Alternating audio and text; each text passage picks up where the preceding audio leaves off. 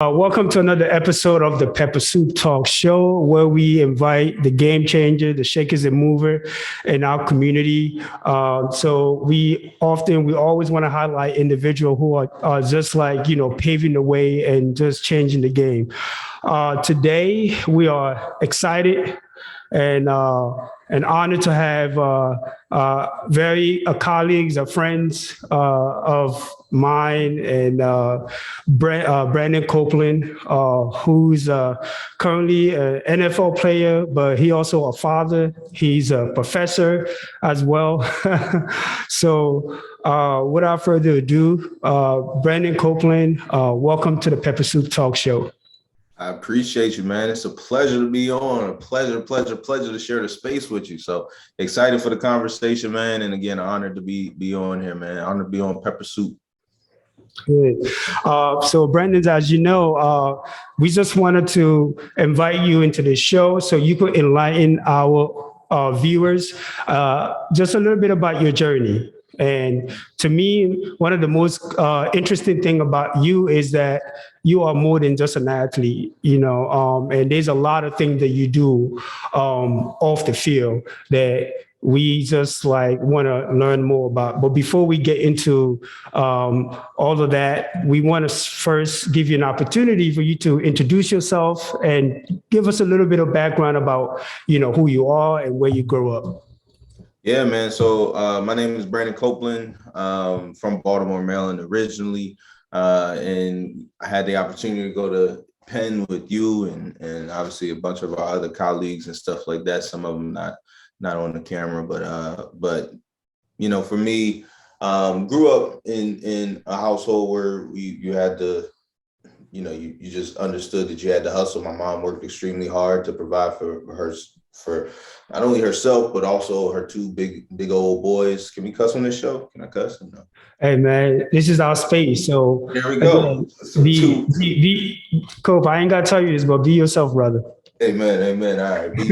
Two husky ass boys eating her out of house and home, but she just, made it happen. I have a father who he was, in and out battling with some of his own demons, but ultimately he taught me charisma, he taught me hustle, he taught me, he's not afraid to roll up his sleeves and get a job done, right? And so I think that's, in my DNA personally. And I think that, one of the things I grew up, and they never told it to me per se. They never said, hey, this is the pressure you have on you. But for me, it was always like there's a bigger picture. I think I grew up with a great perspective, right? I was blessed with perspective. I'm blessed to understand that, the problems that I may have or maybe facing today are part of a bigger journey, right? So I kind of try to zoom out. But what that means is I realized that the problems that I face are different than the problems that our parents faced. And then those problems that they faced were different than their parents faced, right? Like the things that we have the opportunity to do and we've been blessed because of their hard work. Like for me, it was always like it would be a complete slap in the face to not advance the baton, so to speak, to use a track reference. I literally always think of this as a track reference in my head, right? Like our great grandparents, our grandparents started, way, back at the back of the bus, right? A different starting line than most people, right? But they worked their tails off to hand it off to our parents, right? And just boom, the track life, like they dove to hand it off, and it was a little shaky, but they handed it off, right? And then our parents then worked their tails off to provide us with all this exposure and opportunities and all that stuff. And then they handed it off to us. And then now we got it. And it's like, all right, like you can make excuses. You can keep this thing right where you are. You can keep this stagnant, you know what I'm saying? Or you can take this thing and advance it based on their hard work and stuff. So I think that's my mindset. Again, nobody ever told me that. No, my mom wasn't like, yo, you got to do this. You got to advance this. My grandparents didn't say that or anything like that. But I just always felt that there was like just personally, I always felt it'd be a slap in the face to waste the opportunities that they've given us, And so we went to the University of Pennsylvania with you and got exposed to a lot of different things, a lot of different opportunity. After that, had the opportunity to go to the NFL, and literally as soon as I got there, just was met with adversity. Even before I got there, I had my first surgery before going into the league. 6 weeks before, had a knee surgery and had to perform 6 weeks after, which was completely, I look back at it now, like, what the hell was I doing? But I had no choice, right? Your back's against the wall. It's either, be sitting here today having this conversation as an NFL player or not, right? And literally time and time again, you just meet adversity. Yo, you're not good enough. Yo, I don't think you're ready for the league. Yo, I don't think this. And lo and behold, let the dust settle. 9 years going on 10 years later, I'm still here and still going and feeling good. But yeah, man. So it's been an honor and a pleasure. And sorry to be long-winded with my story. I've been fired multiple times. I think the moral of my story: I've been fired multiple times. I've been told you ain't good enough since I've been a kid. In basketball and not in football. I haven't been told that in football until I got to the league, or until the bigger schools didn't want to offer me. But ultimately, I always just honed in and doubled down on who I was the belief I had in myself. I think that there's this picture of this little lion cub looking in the pond, and then in the reflection, he sees that big old lion. You know what I'm saying? He sees a big grown version of himself. And although no one else can see it, that's how I've always considered myself. And it's not an ego. It's just more like, I have great plans for myself and my family. And there's nothing and no one that will stop that, because that is literally the only reason why we're on this earth. So again, sorry for the long-winded, intro, but excited to be here, man. Excited to talk. Yeah, definitely, Brandon. Thank you for being vulnerable and sharing your story with us. Again, I want to continue to really dig deep into like a little bit of your background, and before we get into the surface of things, because today a lot of people look at you as a successful professional athlete, and on the field and off the field, there's so many successful things that you're doing too. But let's just take a moment. Tell us a little bit about what was it like growing up in Baltimore. And, you often, the narrative is like, it's difficult for a young Black man to make it out of Baltimore because there's so many hurdles and obstacles in front of you. And Toby also, grew up a little bit in Baltimore. But can you share with us about what made your sort of like trajectory and experience different from most of the kids that you came in contact with, or most of the kids who were living in Baltimore during that time? Yeah, no. So for me, I actually grew up a little like in Baltimore County. So I grew up and I would do all of my sports, all of the activities in Baltimore, in the city. It's funny because I was just watching this interview with on I Am Athlete with J.R. Smith. How he talked about how he lived in the suburbs, but literally all the things that he did was just in the city, right? So my mom, it was crazy. My mom worked extremely hard to get out of the city, move to the county, get to better schools, then moved us even further out to the county to get to even better schools. And then my cousin went to a private high school, and she was like, the opportunities, the recruitment, the support he was getting, the exposure he was getting, she was like, we need to try to see if you can do a private high school. So then ended up doing a private high school back in Baltimore City. So it made my commute crazy in high school. But I think the biggest thing for me was, I think I had to get comfortable just being myself, right? I think that there's, I told my nephew, he's 8 years old. He got in a little bit of trouble the other day in school, and they call Uncle Brandon to be the disciplinarian. But I actually took a different approach and just wanted to talk to him like, as a young man, right? And just talk to him about it, about being a leader versus being a follower, and doing things that trying to emulate the people around you as opposed to just being comfortable being yourself. And for me, I was never comfortable being myself as a young kid. I always was trying to stick in the crowd and move and shape shift. But at a certain point, within that young age and that young trajectory, at a certain point, it was like, you know what, fuck it.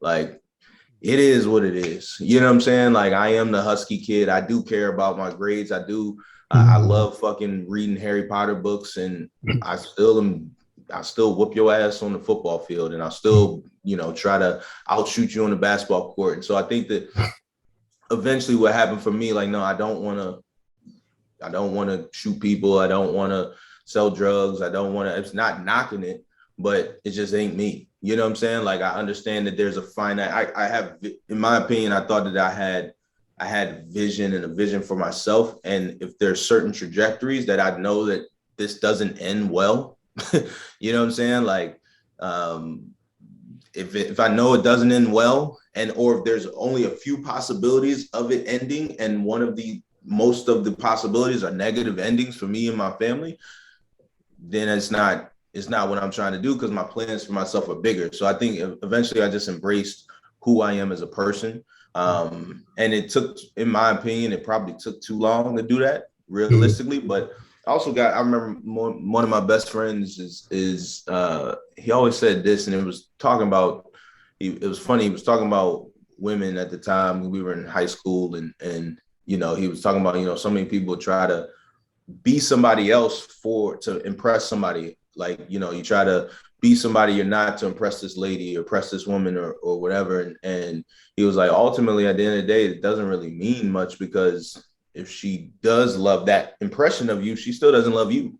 And so what does it really mean, right? Like, how long are you going to keep up that, And I think that also was something that kind of like just made me just shock or shed that act that I was putting on between different crowds and different people. I was always a fun guy, always a polite guy. So, those type of foundational characteristics are, personally, what I think have helped make me successful. Simple things as how are you doing? Please, thank you. Like, those are the things that I'm embedding in my sons now early. Like, if you meet my 2-year-old, he's going to say, you say, hey, how's it going? But he's going to say, how are you doing? Right. Like, I'm embedding it in them early, because I think that the way you make people feel is what ultimately will incorporate them into your network that you can eventually build together with. And it's not transactional. It's just more about, like, I just want everybody to feel good. Like, I just want everybody to be happy. So I don't surround myself with negativity.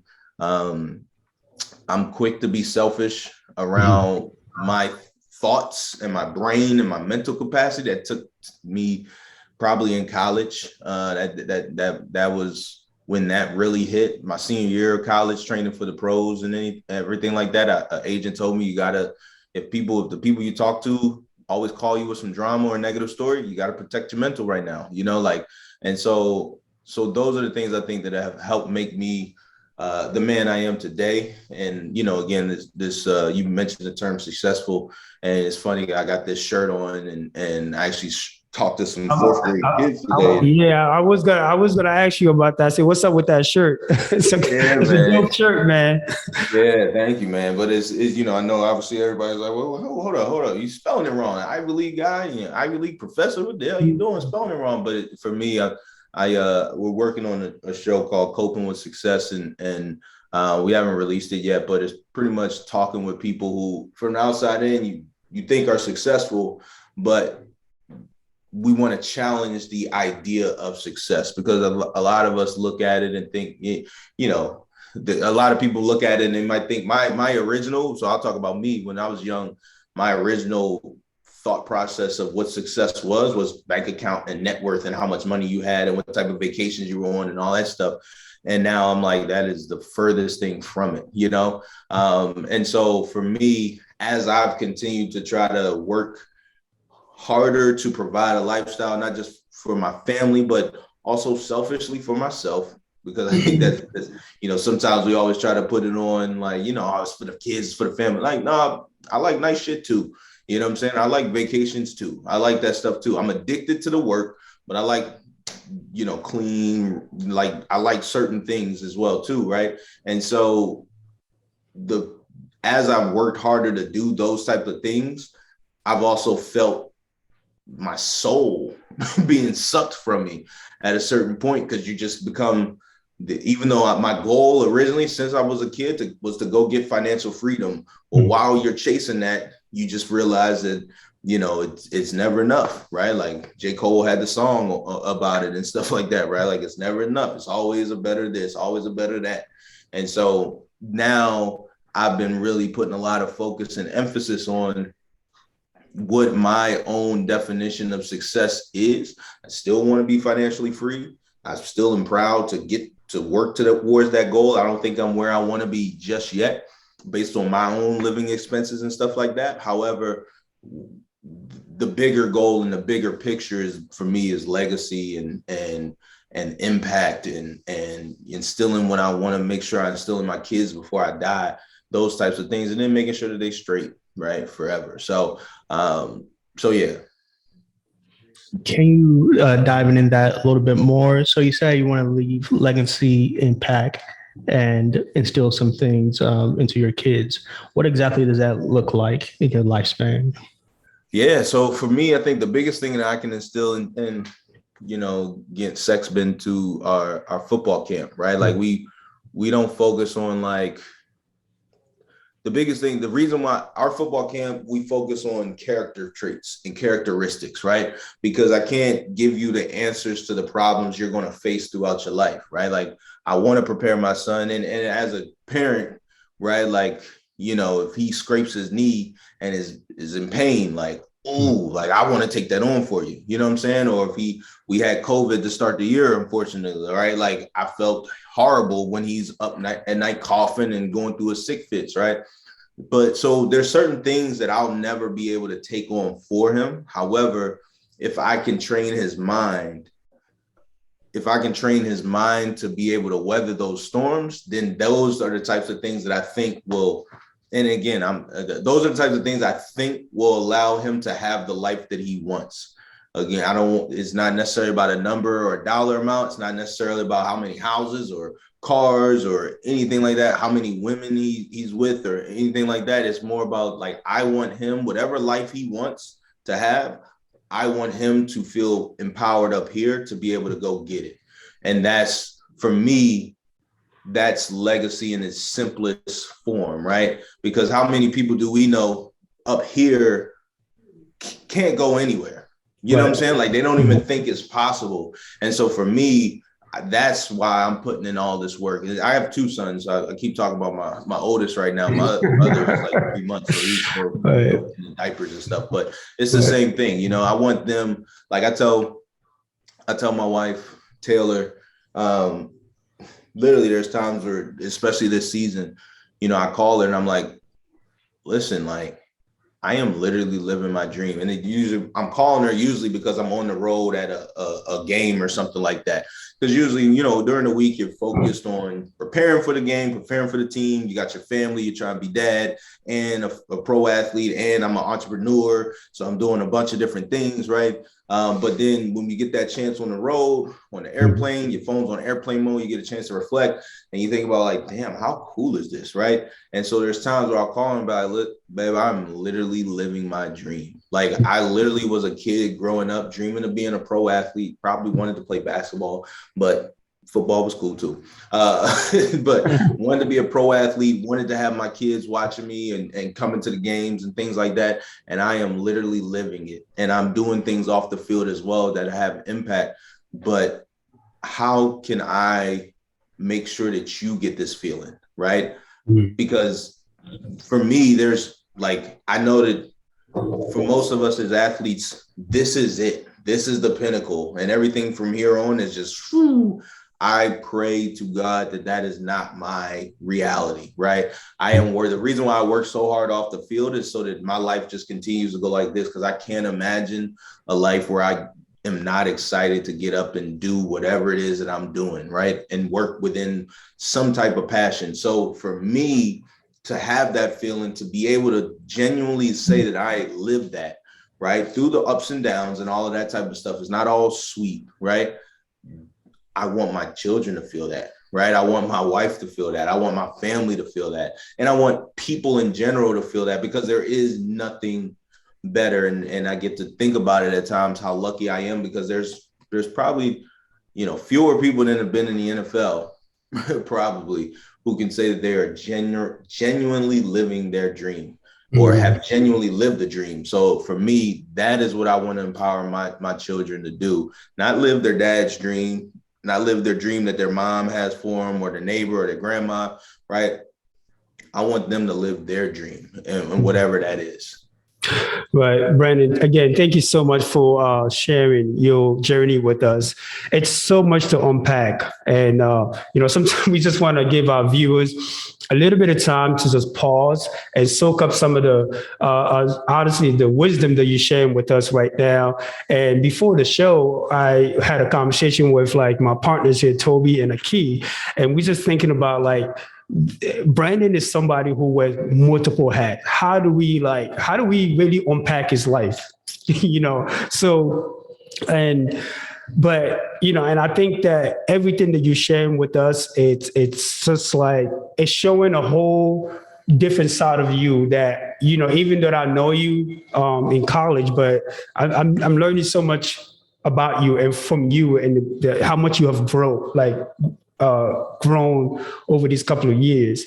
So, but I want to ask you this question as well, is like, in terms of like unpacking, because you juggle so many things but like, how do you sort of like go about like being like a NFL player playing for the top team in the country, in addition to being like a dad, in addition to just also like being a professor, in addition to just trying to also, you talk about legacy, running your own camp. Walk us through like, how do you organize going about your day and making sure like all these things are operating? And Yeah. I'm just trying to figure out like sometimes like, how do you do this? Yeah, no, yeah. As you said it, I'm like, yeah, I'm tripping. No, but what I've realized over the years so far, and I actually hope that it does get less or feel less chaotic. But what I've realized over the years, and that's one of the reasons why I started the whole Coping with Success thing, and we also do Money, Music, Culture, podcasts and stuff like that. Is like, there is no balance for it, right? Like to me, it all feels chaotic. It all feels for me personally, it might look smooth on the outside. It might look like it's all like tidied up and great. But like, when I'm focused on one thing, that means something is lacking attention, or a few things are lacking attention, right? Or, there's things around my house that I would like to have done and accomplished, but I just don't have the time to get the mental capacity to focus on them. You know what I'm saying? So for me, I would say there is no balance. However, what I try to do is I try to prioritize things, right? So at certain points of the year or certain points of the week, there's certain things that are focused, right? So in football season, it's football. Right now, we're about to get into March. So I had knee surgery to end the season 2 days after the season. So I've been working on healing that bad boy up. But as soon as March 1st starts, I've started training this week actually, but as soon as March 1st starts, it's football is priority. So everything gets slotted in after football, right? Because I understand that also, I think sometimes, first and foremost, you got to understand what is pumping blood into the other things that you're interested in, right? So like me being I would never have been able to get my class credited at Penn without being an NFL player. Okay, cool. I would never been able to skip the line in real estate investing without being an NFL player. It's not skip the line, but I wouldn't have had the startup capital, right? Or I wouldn't have been able to get the emails going or the connections going. And so for me, football is first and foremost, right?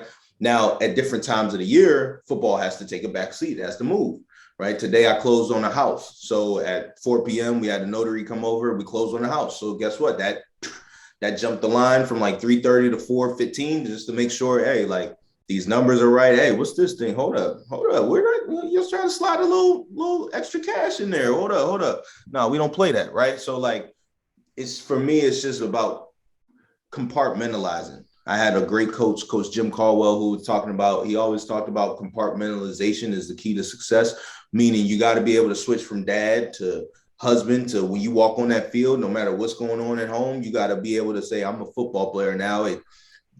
Realize in the moment what you have the ability to affect and what you have no effect over. So when I'm in the middle of practice, there is nothing I can do about anything that's going on off the field. So I might as well live it and be there and be locked in, right? And then when I'm in the middle of class or teaching a class, there's nothing else that I can affect or impact.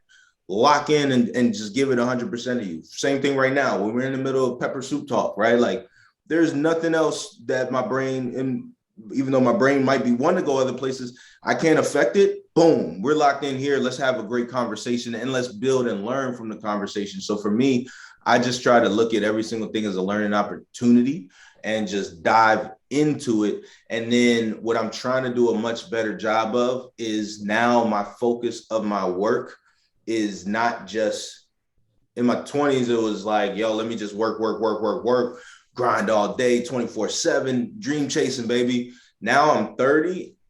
And as one of my big brothers in the NFL said, is like, boy, if you don't catch the dream, boy. Like you keep wanting to chase the dream. How long are you going to chase it?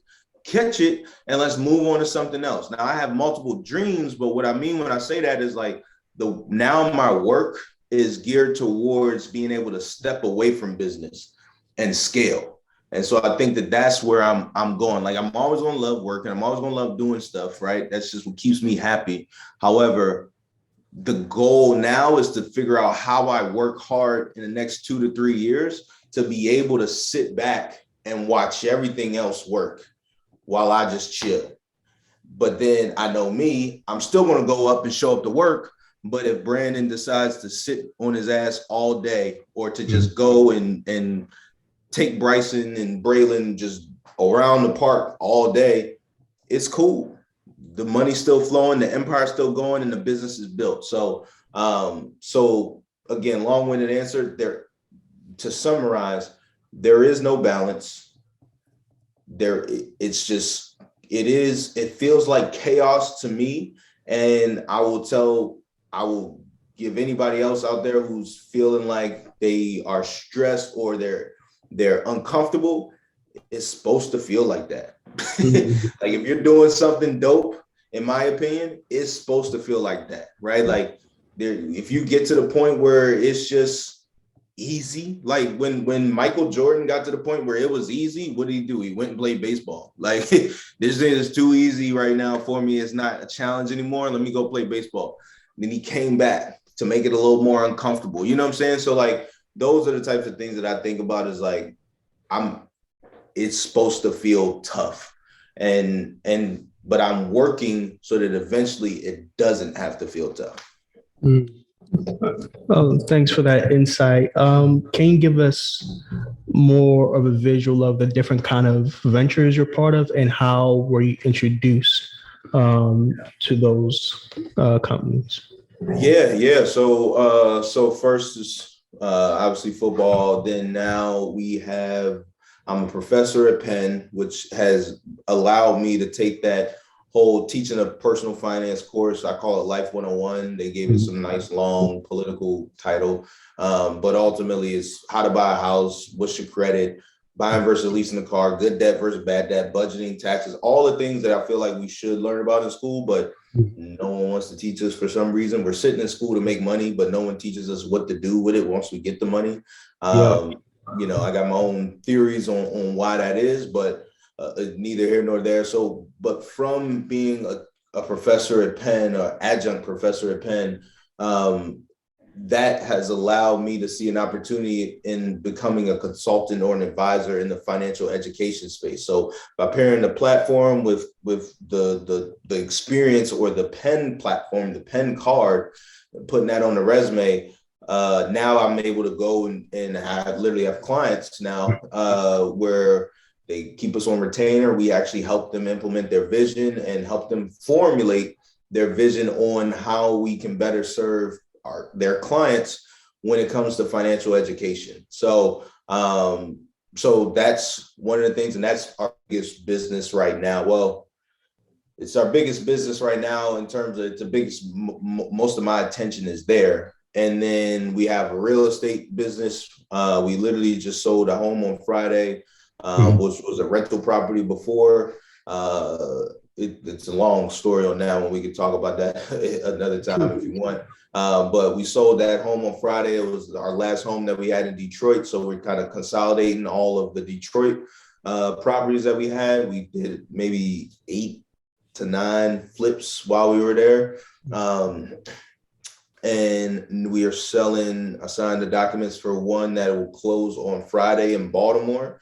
And then we have another one that'll close on March 1st. And then we have one in Jersey. So from a real estate standpoint, we've done single family flips and things like that. And then now I've become a real estate, now I've become a real estate developer. So we partnered, and I bought into a business where we own a construction company and a development company. So literally we construct our own projects, which is fun. Those things are definitely over my head, but these are like, we got a 66 unit building, we got a 37 unit building, a 16 unit building, and a 12 unit building coming. So all affordable housing in downtown Newark, New Jersey, the only 66 unit building, only building that large that's affordable housing. So we keep our houses, we make sure that people can stay in our places. So they'll be brand new, beautiful places.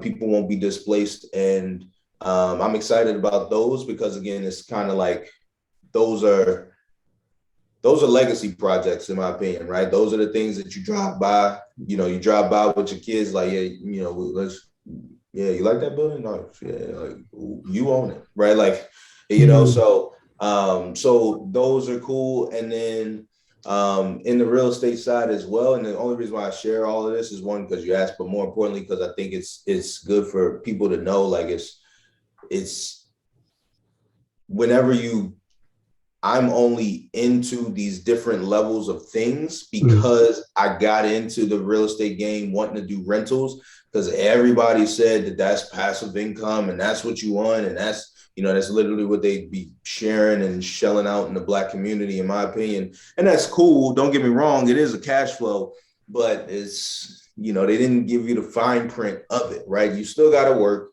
You still, if that pipe bursts right before Christmas on December 17th or December 18th, that's happened to me twice. And that's why I call out those dates. You gotta, figure that out, right? You got to make sure your tenants don't sit there and go, have a terrible Christmas because of some leaky pipe, So it's passive, but you still a slave to your tenant. You know what I'm saying? Like, ultimately, you ain't free, really. If that tenant calls and say, yo, I need this, you got to do it, right? So from there and seeing that and then doing the flips, I love the flips, actually. I enjoy that.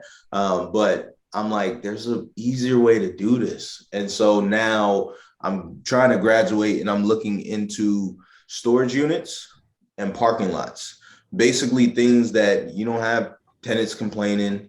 And again, I'm sounding like I was a slumlord or nothing like that. Now, my tenants were always good. I was fortunate.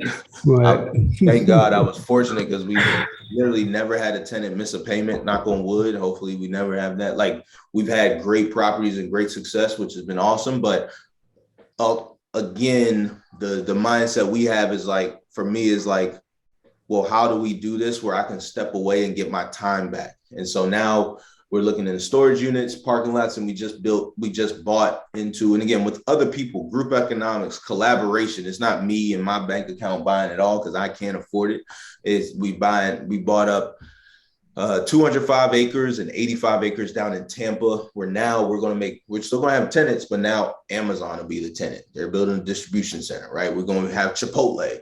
We're going to have Ashley Home Furniture or Home Depot, right? Like things like that, where they're signing 25-year leases and they're triple net. They're covering everything. We don't have to worry about if Amazon going to pay that bill. You know what I'm saying? So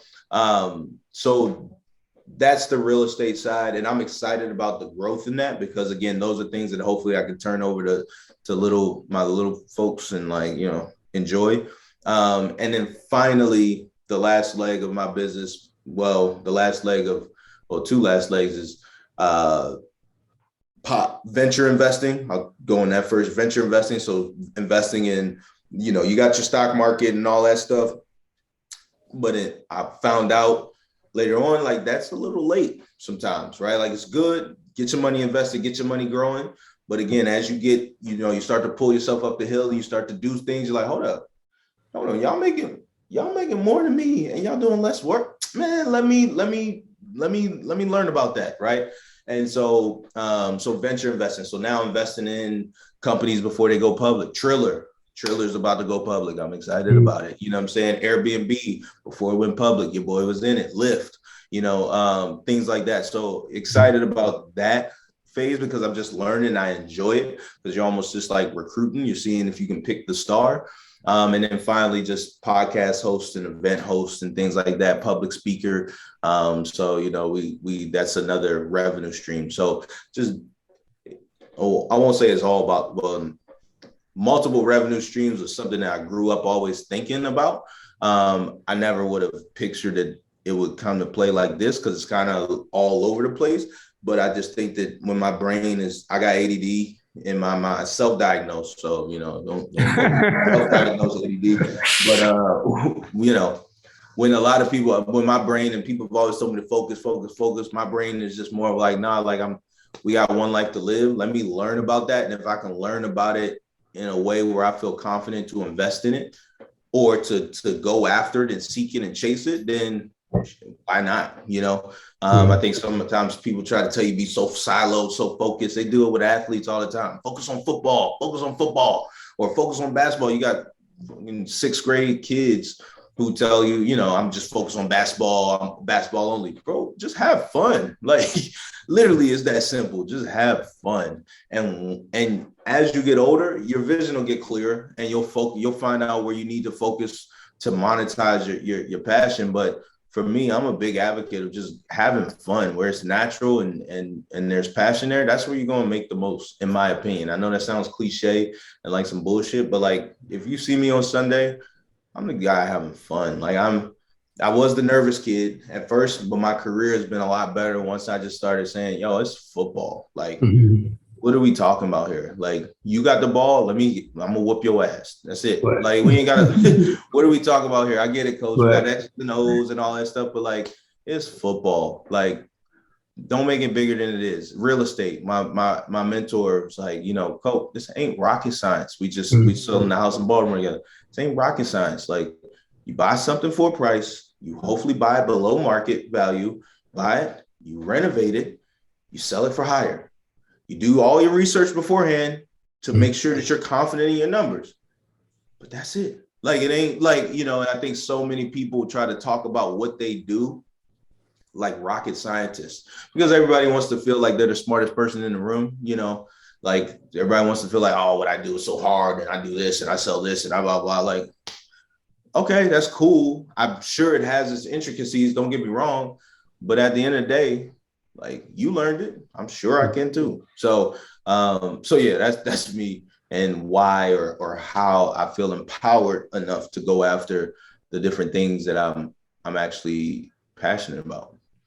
Just absolutely. I mean, cool. Like, I was going to tell you, for example, to just slow down a little bit. So, like, myself and our viewers could like pick up on like, where, how all these amazing, incredible things that you are doing.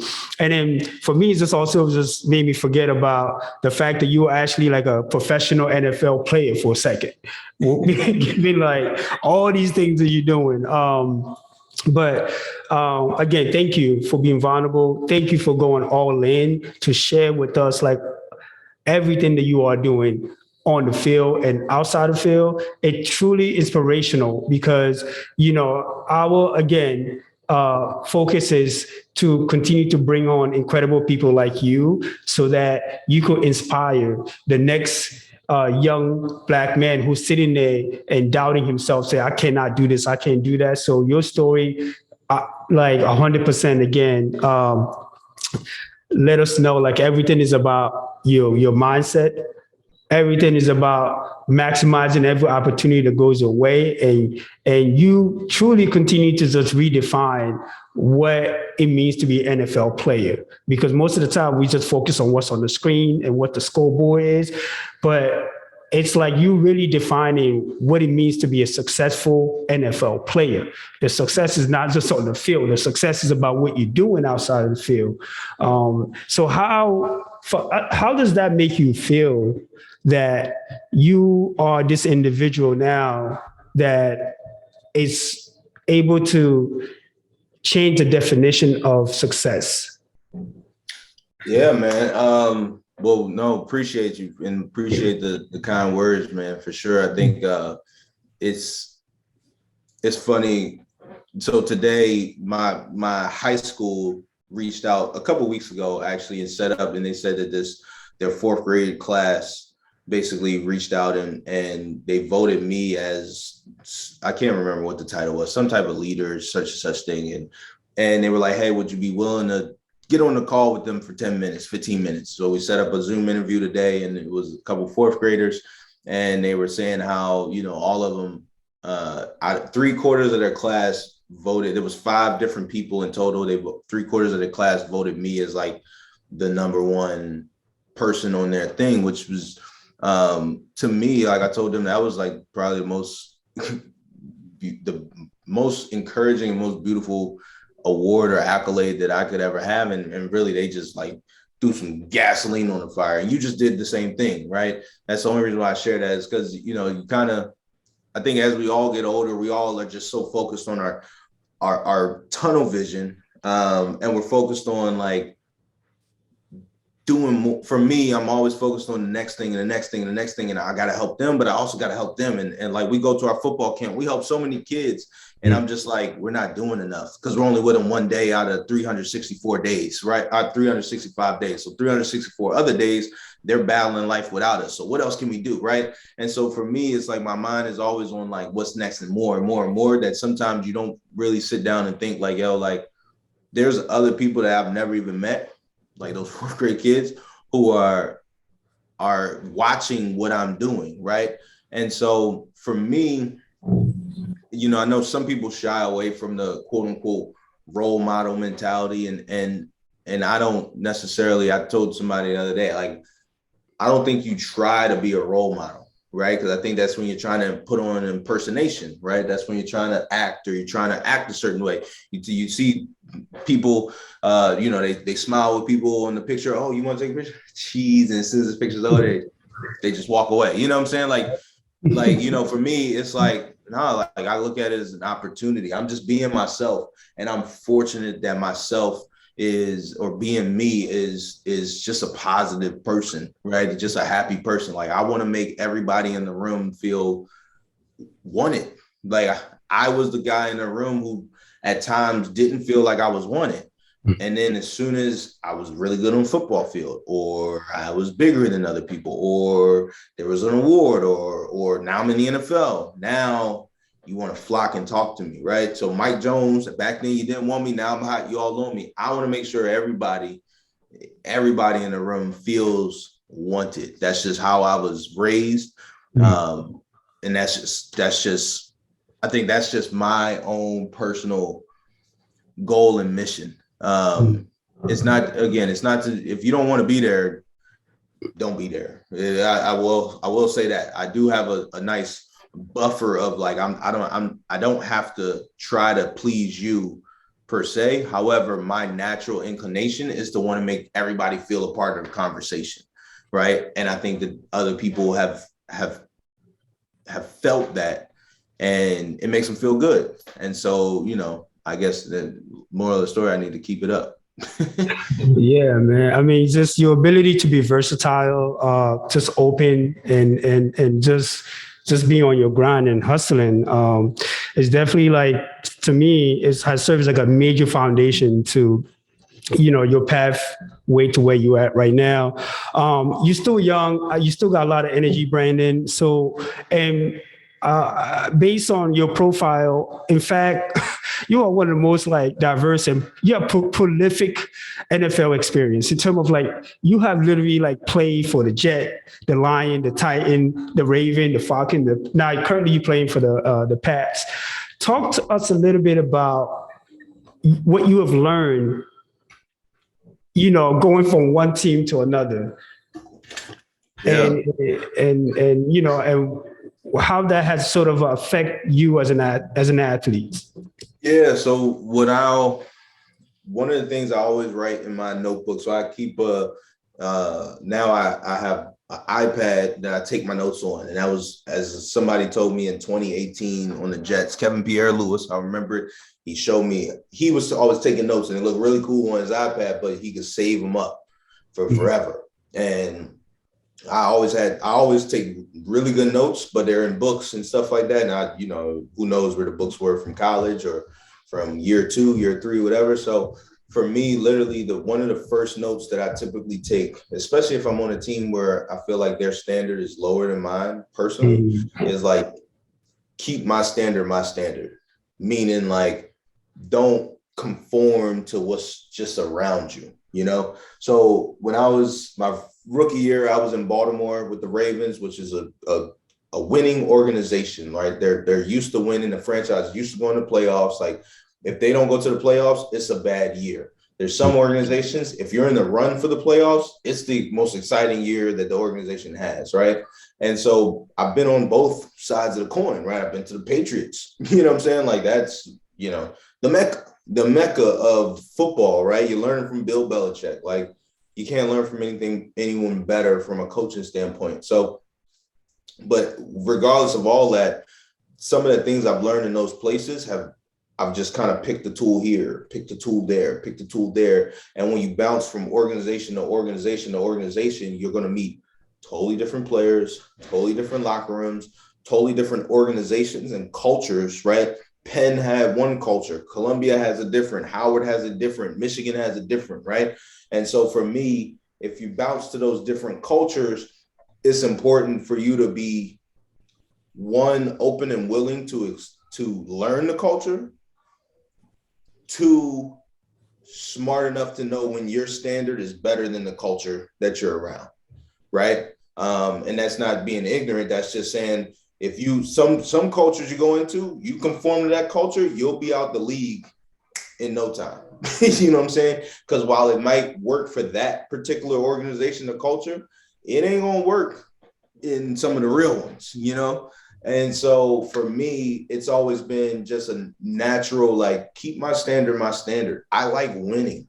I've been on a lot of losing teams. It sucks losing. I've been around people in places where you get comfortable losing because it's just the norm. No, I don't like it. What are we talking about here, right? I'm the guy at times, and it's not all the time. I don't want to sit here and make it like it's all the time, but I'm the guy at times where if there's something I got to do, or, hey, I'm feeling a little sluggish, I need to lose a little weight, or I just feel like I got to work. There's the times where after games, like, I literally got videos of like me in the sauna after the game at like midnight.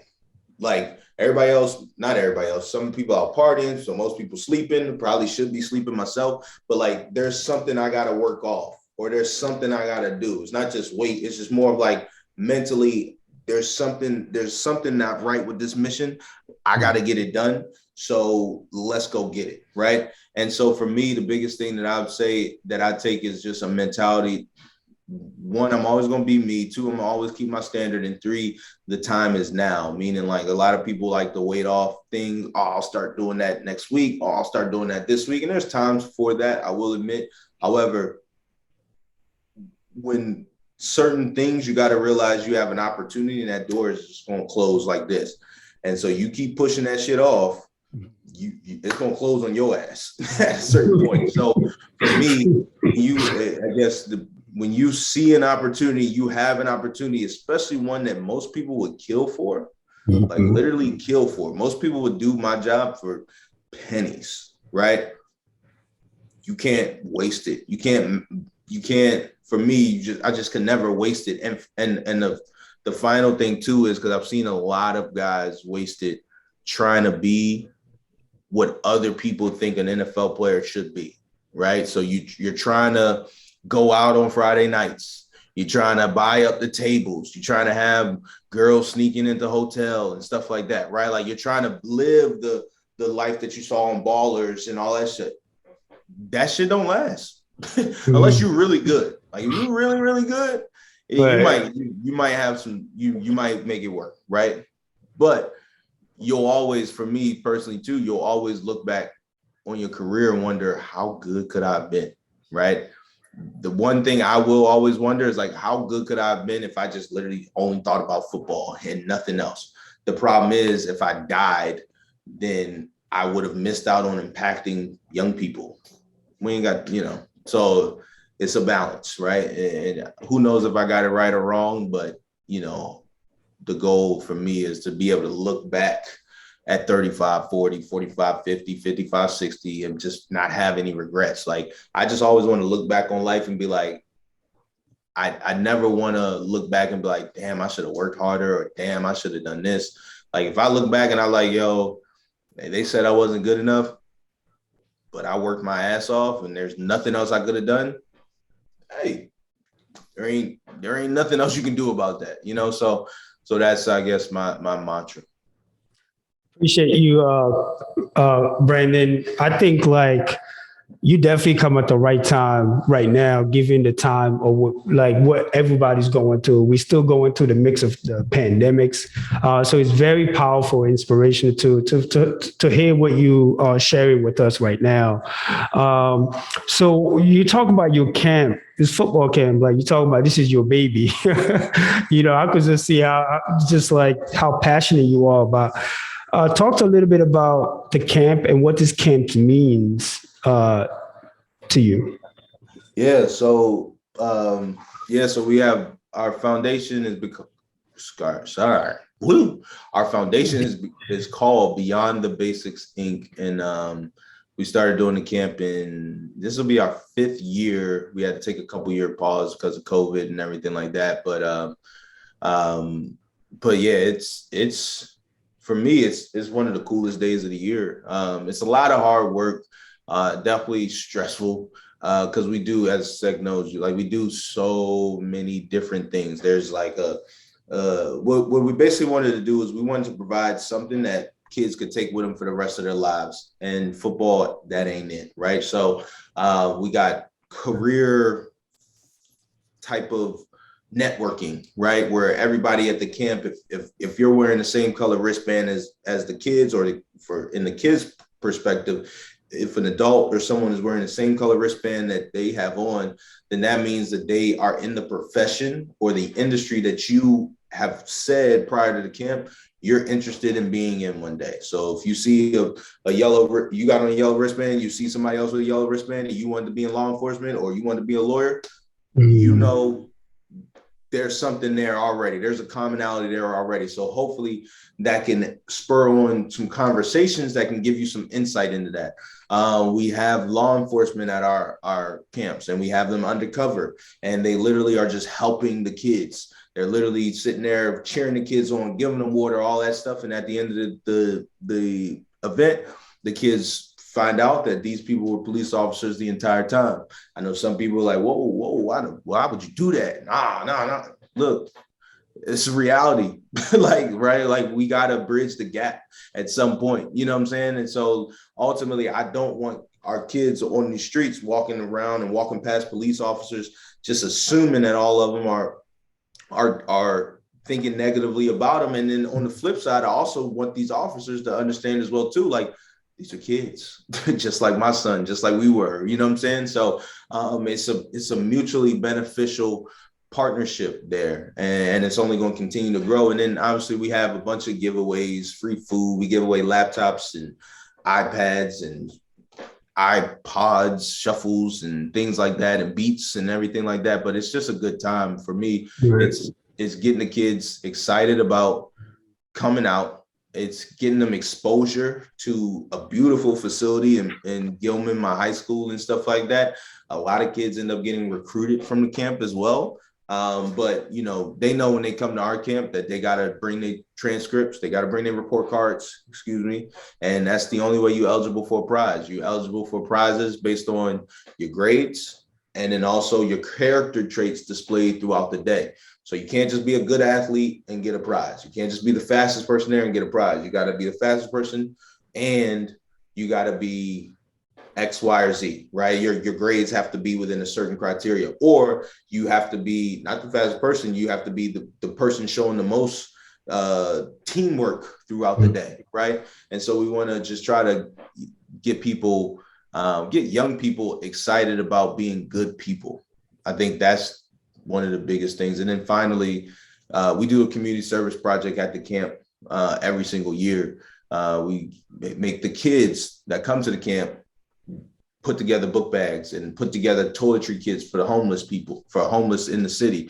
So they get to feel what it feels like to give back, especially to their own city, right? And so I think that we're trying to encourage them to have that ripple effect of wanting to give back as they get older. So that now our camp will hopefully encourage other people to do this. And then now we actually have that whole, that Ponzi, that pyramid scheme ripple effect, where we actually end up impacting so many people beyond just our one day at the football camp. Mm-hmm. And Coop, I appreciate you for always inviting me to be part of the camp. I gotta tell you, it's fun. As an adult going there, it's not just about football, but you too. It's the most fun I have every time I get a chance to be part of that amazing camp with the kids, and it's just incredible. It's also incredible to see so many other athletes who come in and all this hands on deck, so many people come in there. And at the end of the day, it's just beautiful to see, not only seeing the smile on the face of the kids, but also the adults as well. So again, thank you for creating the opportunity for a lot of people to find a way to also make a difference in the lives of young people. That's always, for me, that's always my soft spot. Any opportunity to work with kids, I'm in. Toby, do you have any additional questions for? Yeah. So just one last thing. So you seem to have a lot of financial capability sense. A lot of people in the NFL, they given a golden opportunity, like you said, but they do wander at sometimes. Just thinking back about it, I remember I met someone a while ago. One of their family members was part of the NFL, focus on it 100% of the time. I think got injured, couldn't do nothing no more. They had to go back to office work. You can't be 6'6", 300 pounds in a cubicle. So it's kind of a hard transition to make. Who kind of instilled that sense of diversifying your portfolio? And once you got there, who put you on real estate or VC or all these other things? Yeah, no, great question. So I'm blessed to have had a grandfather who played in the NFL himself. So he played for 11 years, but he played in a time where you had to have a second job while playing, right? So he was a substitute teacher in the off seasons. I think his Johnny Unitas was his quarterback. He won a Super Bowl and everything like that. My granddad won a Super Bowl and stuff. And I think Johnny Unitas' first contract, I know Johnny Unitas' first contract was for $7,000 for the year. And so that was Johnny Unitas was the Tom Brady back then, right? He was the Peyton Manning and he was getting 7 racks and he was a substitute teacher himself. And so one of the things I actually remember being at Penn, and my granddad would come up and visit me. Unfortunately, he passed in 2019, but he was just one of those guys that was super wise. The life that he lived was literally out of a movie. It was literally ridiculous that he was still who he was as a person and nice to people based on the things that he's seen in his lifetime growing up in Mississippi in the 40s and 50s and stuff like that. And long story short, I remember he said that we were walking on Locust Walk. We were literally walking right down the middle of Penn, and he was saying, you know what, Cope? He was saying, you know what, Cope? I got an offer to be a broadcaster one time. I got an offer to become a broadcaster one time in a broadcast. And he said, I still can't tell you why I told him no. He said, I was just young, probably just doing something stupid and just, I'm too good for it. I don't have time for that. He was like, and I look back at that and I'm like, who knows where that could have gone? Because he's like, he always cracked and joked on like Stephen A. Smith and all these other guys. He'd be like, man, these guys don't know what they're talking about. Like, you talking about a locker room that I was in, and you can't tell me what was going on in that locker room better than I can tell, right? And so I remember him saying that, and then he also finished it up with like, so whenever somebody offers you something, it doesn't mean you got to say yes, but like, if you're going to say no, make sure you have a really valid reason for saying no. And that is what my college and 20s were like. It's just more of like, I'm going to accept as many things as possible and learn as much as I possibly can. And then I think as I've gotten older, it's been like, okay, now I got to kind of pull back from that. Yeah, I'll do that. Yeah. Oh no, let me try it, And Right. now I got to kind of focus on, well, no, I know what I'm good at now. I know what I'm strong at now, and I'm going to focus solely on that. However, I think that there's a balance, and like there's sometimes I think people are like, nah, I'm not doing that. Nah, I'm not doing that. But like sometimes in order to figure out what you're good at and your strengths and weaknesses and what you want to do, sometimes being able to do something and not liking it and crossing it off the list is just as valuable as doing something and falling in love with it, right? And so I think that that's something that my granddad taught me, to answer your question. And hopefully now, I literally had a call with my team. Now I got my own team. Like we have our business, Cascade Advisory Group. That's our consulting business and our production company.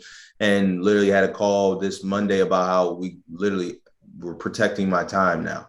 Like all the meetings that used to be 30 minutes, it's 15 minutes now. It's like, and we're going to have to say no more. And there's certain things where now I got to get, I'm not trying to be egotistical or anything like that, but it's something that we all have to do. You all have to do as well.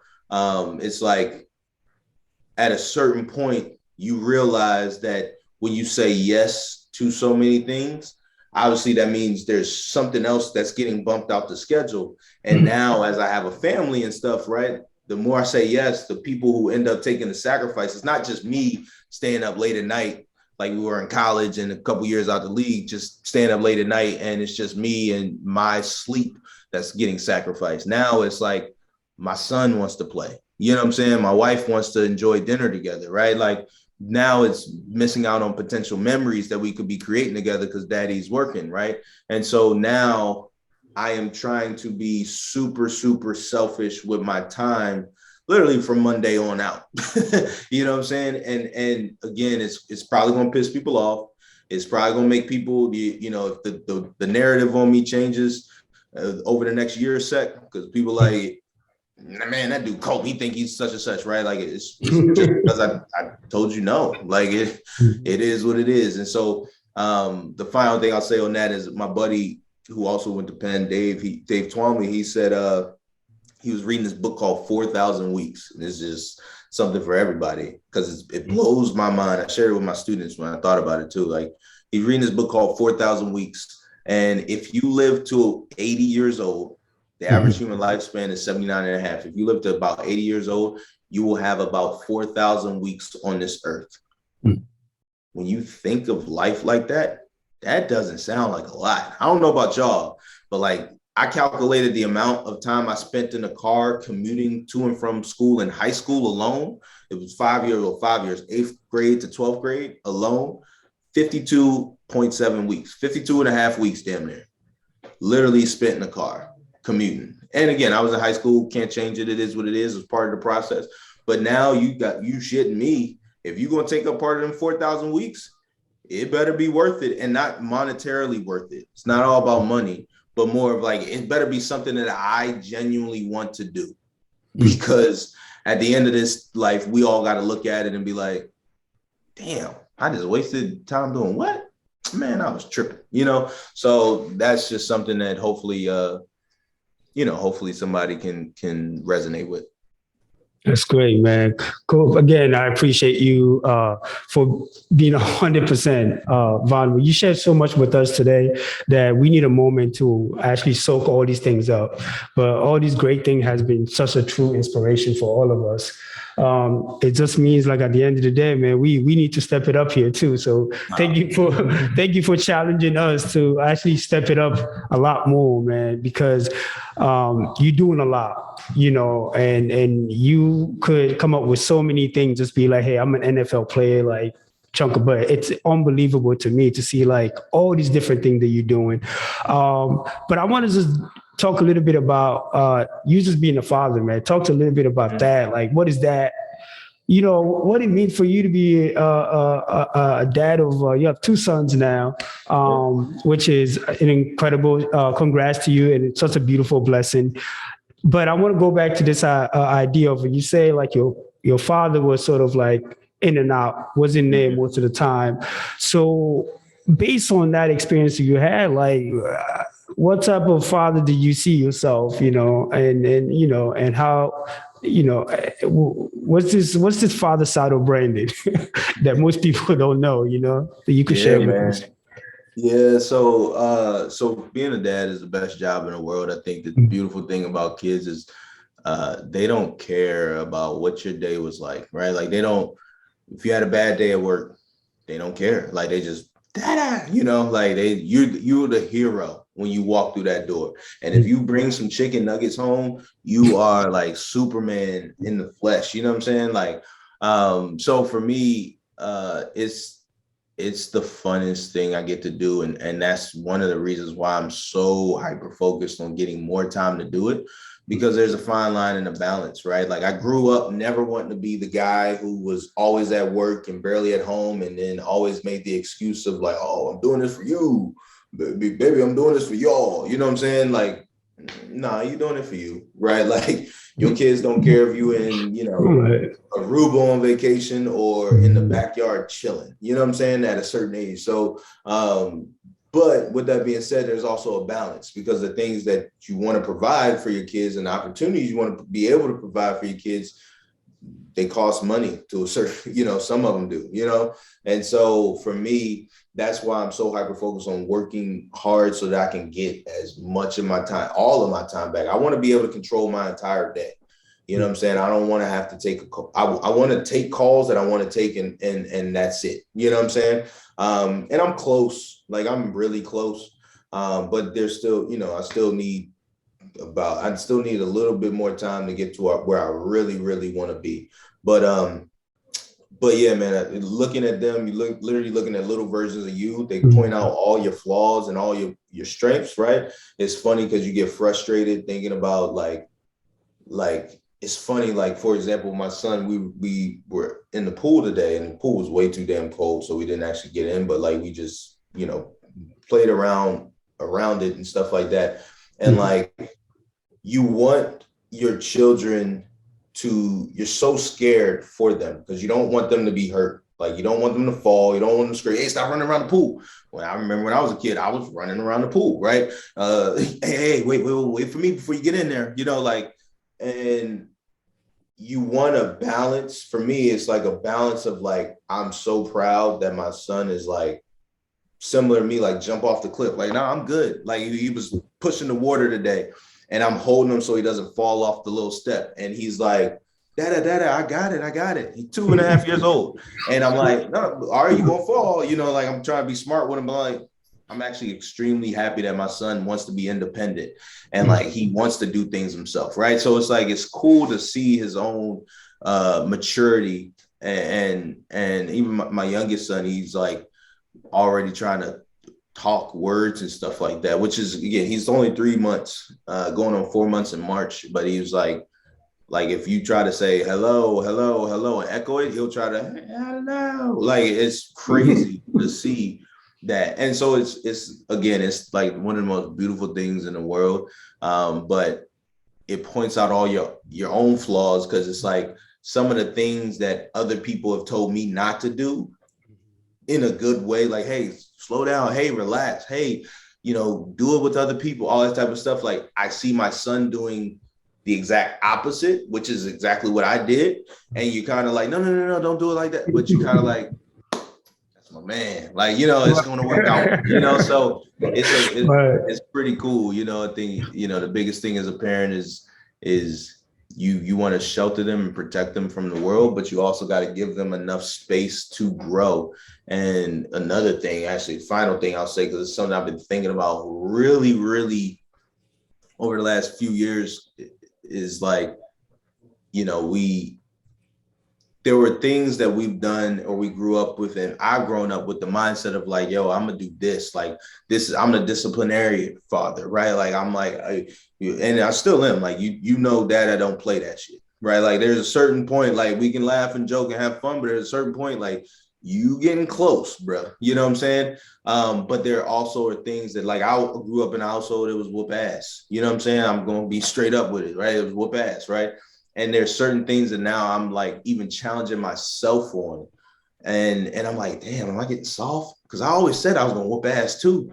But like, do I need to? Right. And so like I'm also challenging myself and my own patience on, because I think some of the things that we've done, and this is the first time I've shared this publicly, like, and this is a question for y'all. Like, I think like when you think about, I know I was watching something on TikTok or Instagram, and it was like, you know, they were making fun of white parents versus black parents, and like white parents just letting the kids talk shit to them and all that stuff. And I'm gonna put you in timeout. And the black parents like, I'm gonna whoop your ass, right? And when you think about it, where did we learn getting your ass whooped as like the right thing to do? And when you think about it, like, and this is me, and you know, I'm sure somebody will probably be able to point out the exact place that it happened and stuff. But like for me, I'm like it probably was something that we saw slave masters doing to us, and so we were like, oh yeah, that's how we got to discipline. But now we do it to our kids, and they don't necessarily do it to theirs. And again, not completely generalized. I know there's black people. My wife was never whooped in her life, and she just turned out great. I always tell her, yo, you the outlier, right? Like, you know what I'm saying? So like, those are the types of things that now I am thinking about as a father, and challenging the way that I've always grown up and thought I would do this job, right? It is a job. Those are the things that I'm challenging myself to kind of understand more. So for anybody out there listening, if you got some answers or some insight or some feedback, I want to hear it, because I haven't made a decision yet.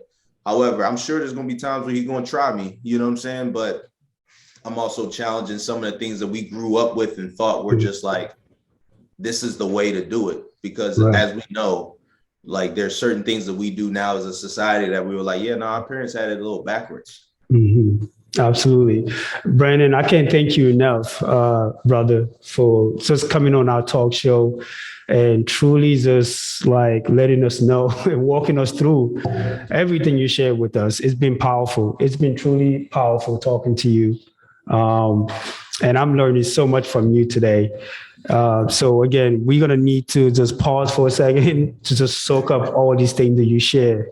But again, we always ask our guests this question because we're kind of getting close to the home stretch here. We want to be respectful of your time.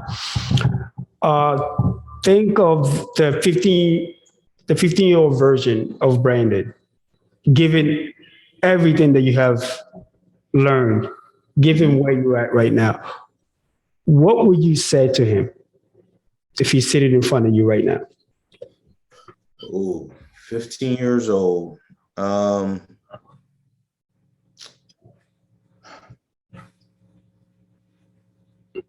Man, that's a tough one. I would just encourage him. Like, I would just encourage a younger version of myself to just like believe in myself early. Like, I think that even now, I mean, it's like, even like last year, I could have used an older version of myself just saying, yo, like, stop looking for other people's validation. Like, I think at a certain point, it was motivation for me to like, I want to work to make sure that you're proud of me and that you think I can do the job and that you think I'm the best person for the job and that you like my idea and that you think I'm smart and that you think I'm nice. And that, you know, when really it's like, I think everything happens for a reason. So that might have been my motivation and working hard and lifting and running and doing 2 workouts a day and all that type of stuff. But at a certain point, it's like also just just be you and be happy, right? Like don't put so much into other people's validation of your thoughts and your ideas. And that's something that, again, I'm constantly battling with today, because ultimately part of my business is selling why I can help you or why I can help that company, right?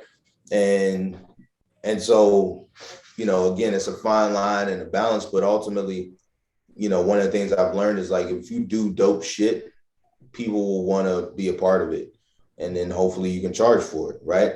But sometimes if you slow yourself down trying to sell people before you actually just do the dope shit, right? Like, then you end up just slowing yourself down as opposed to just doing what God created you to do. You know what I'm saying? So that's the biggest thing I whisper to myself is like, yo, don't worry about validation. Just go, just put your work in and it'll all work out. Thank you for that word of wisdom, Brandon. Again, I want to give a major shout out to our viewers who are also joining us to engage in this powerful conversation with Brandon Copeland. As you could hear, based on everything that he shared with us today, hopefully what he shared with us today, I'm hoping you could take some of it and implement in your own life so you could continue to achieve your own dream and your own goals. Not everybody's dream is Brandon's dream. So this is just him sharing it. But the key thing is, based on one of my key takeaways with everything you share, is at the end of the day, be willing to grow, be willing to learn. But at the end of the day, believe in yourself. You are your own biggest asset. And Brandon, you truly embody that. And again, hopefully I get a chance to get that shirt that you're wearing right now, man. I'm gonna bring it to camp. It's a dope shirt. Toby, do you have any last words? No, I think we wrapped it up well. All right. That's a wrap, Brandon. Awesome, appreciate you, brother. Appreciate y'all, man. It's a great conversation, man. I appreciate you having me. Thank y'all, man. Appreciate the space, bro. Y'all doing some major things, man. People need this. So thank y'all.